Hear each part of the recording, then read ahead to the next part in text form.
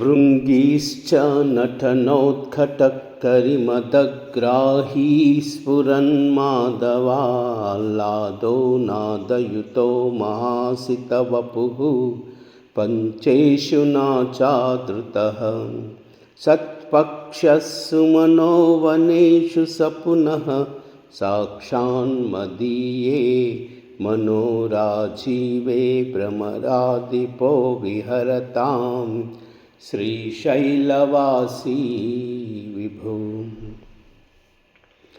भृङ्गीश्च नटनोत्कटः करिमदग्राही स्फुरन्माधवाह्लादो नादयुतो महासितवपुः पञ्चेषु नाचादृतः सत्पक्षः सुमनो वनेषु स पुनः साक्षान्मदीये मनोराजीवे भ्रमरादिपो विहरताम् श्रीशैलवासी विभो।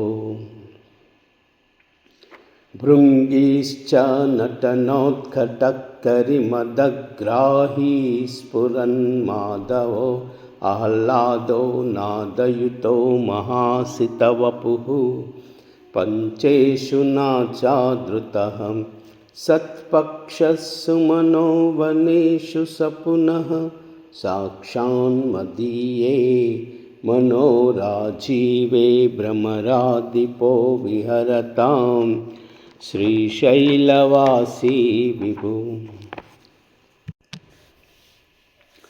कारुण्यामृतवर्षिणीं घनविपद्ग्रीष्मच्छिदा कर्मठं विद्यासस्य फलोदयाय सुमनः संसेव्यमिच्छाकृतिं नृत्यद्भक्तमयूरमद्रिनिलयं चञ्चच्जटामण्डलं शम्भो वाञ्छति नीलकन्धर सदा त्वां मे मनः चातकः।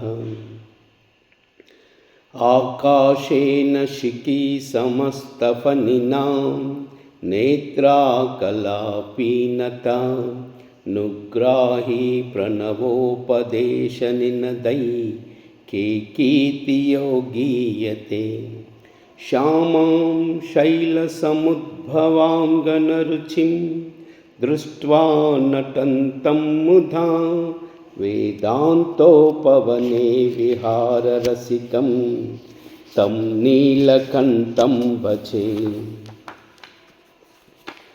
सन्ध्यागर्मदिनातयो हरिकरा गाता प्रभूतानकध्यानो वारिदगर्जितं दिविषतां दृष्टिच्छटा चञ्चला भक्तानां परिश्लोषबाष्पविततिर्वृष्टिर्मयूरी शिवा यस्मिन्नुज्ज्वलताण्डवं विजयते तं नीलकण्ठं भजे, तं नीलकण्ठं भजे।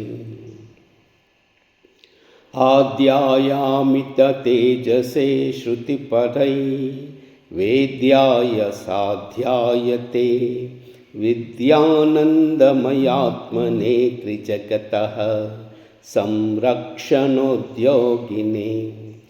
ध्येयायाखिलयोगिभिः सुरगणैर्गेयाय मायाविने सम्यक् ताण्डवसम्भ्रमाय जटिने सेयं नति शम्भवे, सेयं नति शम्भवे। नित्याय त्रिगुणात्मने पुरजिते कात्यायनी श्रेयसे सत्यायादिकुटुम्बिने मुनिमनः प्रत्यक्षचिन्मूर्तये मायासृष्टजगत्त्रयाय सकलाम्नायान्तसञ्चारिणे सायं ताण्डवसम्भ्रमाय जटिने सेयं नति शम्भवे, सेयं नति शम्भवे।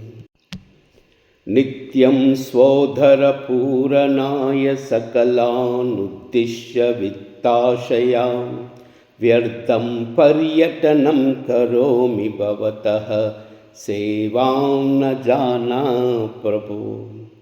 मज्जन्मान्तरपुण्यपाकबलत त्वं सर्वान्तरः तिष्ठस्येव हि तेन वा पशुपते ते रक्षणीयोऽम्यहम्।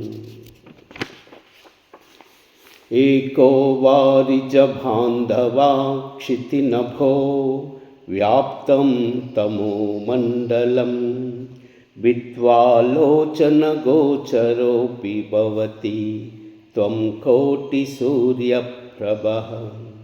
वेद्यखिन्नभवस्य हो गणतरं कीदृग्भवेन्मततमः तत्सर्वं व्यपनीय मे पशुपते साक्षात् प्रसन्नो भव, साक्षात् प्रसन्नो भव।